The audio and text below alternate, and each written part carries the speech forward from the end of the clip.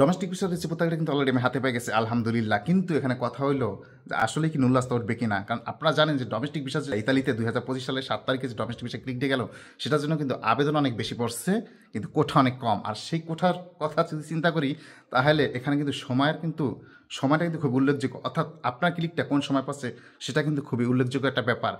আসসালামু আলাইকুম সবাইকে, আশা করি সবাই ভালো আছেন। ইতালিতে এই 2025 সালের যে ডিগ্রাত ফুলুসি আছে, ডোমেস্টিক ভিসার জন্য 7 তারিখে যে ক্লিক ডে হয়ে গেল, সেটা আমরা কিন্তু সবাই জানি।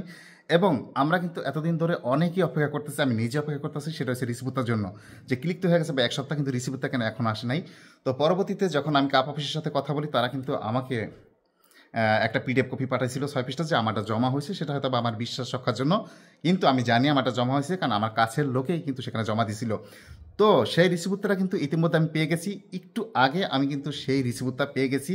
আর কে কে এ পর্যন্ত ডোমেস্টিক ভিসা 7 তারিখে যারা জমা দিয়েছেন, কে কে এ পর্যন্ত পাইছেন, সবই কিন্তু চাইলে আমাকে কমেন্ট করতে পারেন।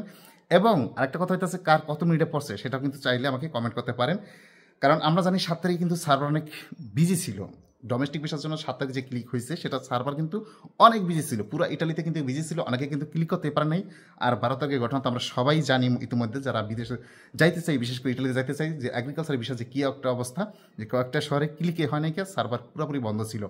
তো যাই হোক, আসি এখন 7 তারিখের কথা। 7 তারিখে ডোমেস্টিক ভিসার জন্য যে অ্যাপ্লিকেশন ছিল, সেটা রিসিপ্টটা কিন্তু আমি পেয়ে গেছি। আর এই যে সে আমার পাশে আছে সেই রিসিপ্টটা, কিন্তু দুঃখের বিষয় হলো রিসিপ্টটা পাইয়া কিন্তু আমি একটু হতাশ হয়ে গেছি। আর কেন হতাশ হচ্ছি সেটা বলতেছি, যে আমার যেটা ক্লিক হয়েছে, আমার লোকে কিছুদিন আগেও আমাকে বলছে, মানে 2 দিন আগেও আমাকে বলছে সে 8 মিনিট বা 9 মিনিটের ভিতরে ক্লিক হয়েছে। কিন্তু আজকে রিসিপ্টটা পাওয়ার পর দেখি আমি 9টা 10 মিনিট 54 সেকেন্ডে যায় ক্লিক হয়েছে। তো 10 মিনিটে যা আমার এই ক্লিক হয়েছে। হ্যাঁ, ডোমেস্টিকের জন্য 10 মিনিটে যে আমার ক্লিক হয়েছে। তো কিছু আর করার নাই, সার্ভার যেহেতু অনেক ঝামেলা ছিল, এটা আমরা সবাই জানি। সার্ভারের কারণে কিন্তু অনেকে ক্লিক করতে পারে নাই, সকালে এটা বিকেলে পর্যন্ত ক্লিক হয়েছে। তো আমার যেহেতু 10 মিনিটে ক্লিক হয়েছে, তবে সবচেয়ে বড় কথা হইতেছে যে এর আগে যে 5 তারিখে ক্লিক ছিল, সেক্ষেত্রে কিন্তু যে আবেদন পড়ছে, আবেদন কিন্তু অনেক কম ছিল। কিন্তু 7 তারিখের জন্য কিন্তু মোটামুটি ডোমেস্টিক ভিসার জন্য মোটামুটি কিন্তু অনেক আবেদন পড়ছে। আর কোটা কিন্তু ডোমেস্টিক ভিসার জন্য কম। সমস্যা এখানেই, যে এখানে কিন্তু হাড্ডি, মানে কি বলবো, কঠিন একটা লড়াই হবে এক্ষেত্রে। যে আসলে যাদেরটা আগে পড়ছে তাদের তো হয়েই যাবে। আর যেহেতু আমাদেরটা দেরিতে পড়ছে, যদি কোঠা অনুযায়ী ওঠে বা সরকার পরবর্তীতে কোঠা বাড়ায় কিনা সেটাও এখনও জানি না, বাড়াতেও পারে। তো আসলে কে কয় মিনিটে পাইছেন, কার কত মিনিট হচ্ছে বা কত সেকেন্ডে কার কত ক্লিক পড়ছে, সেটা কিন্তু চাইলে আপনারা আমাকে কমেন্ট করতে পারেন বা মেসেজ করতে পারেন। জাস্ট আমরা একে একে শেয়ার করলাম যে কার আসলে কত মিনিটে পড়ছে। আর আমার যেহেতু পড়ছে 9টা 10 মিনিট 54 সেকেন্ডে, তো সেটা আমি শেয়ার করলাম এবং স্ক্রিনে। আরেকটা জিনিস হইতেছে, যে আরেকটা ব্যাপার, সেটা আপনাদের আলোচনা করি। ওই যে আমরা জানি যে রিসিপ্টটা আসলে 33 কপি যে অরিজিনাল হয়, সেটাও কিন্তু আমি আপনাকে স্ক্রিন রেকর্ডে, অর্থাৎ আমার মোবাইল স্ক্রিন রেকর্ড করে আমি রেখেছি, যে যিনি আমাকে কাপ অফিস থেকে পাঠাইছে, দেখেন আমি সেখানে কিন্তু আছে, এখানে 33 কেবি, হ্যাঁ 33 কেবি হয় অরিজিনাল পিডিএফটা, 33 কেবি হয়। এটা নিয়ে কিন্তু আমি আগেও কথা বলছি, এবং অনেকেই কথা বলছে যে অরিজিনাল পিডিএফটা 33 কেবি হয়।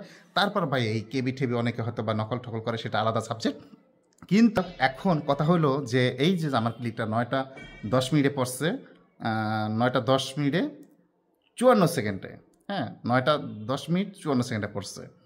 তো সেক্ষেত্রে ভাই 10 মিনিটে যা পড়ছে, এখন এটা হবে কি না আমি নিজেও যাই না, অনিশ্চয়তায়। তারপর যদি ভাগ্য ভালো হয় তাহলে হবে, কিছু আর করার নাই। যেহেতু সার্ভারে ঝামেলা টামেলা ছিল, সেক্ষেত্রে যদি কোঠা একটু মানে কার কীরকম হয়, আসলে আমি এটা নিয়ে বলতে পারবো না বিস্তারিত। তবে সেটা ভাগ্যের উপর ডিপেন্ড করে। আসলে একটা দিন শেষে একটা জিনিস বাস্তব সত্য, যে দিন শেষে আমরা সবাই জানি যে রিজিক যদি থাকে তাহলে হবে। এখন আমি যার জন্য জমা দিছি তাকে অলরেডি বলছি যে এই অবস্থা, কিছু আর করার নাই কি এখন। তো যাই হোক, আজকে এ পর্যন্ত। সবাই ভালো থাকবেন, সবার জন্য অনেক অনেক শুভকামনা রইল। আল্লাহ হাফেজ।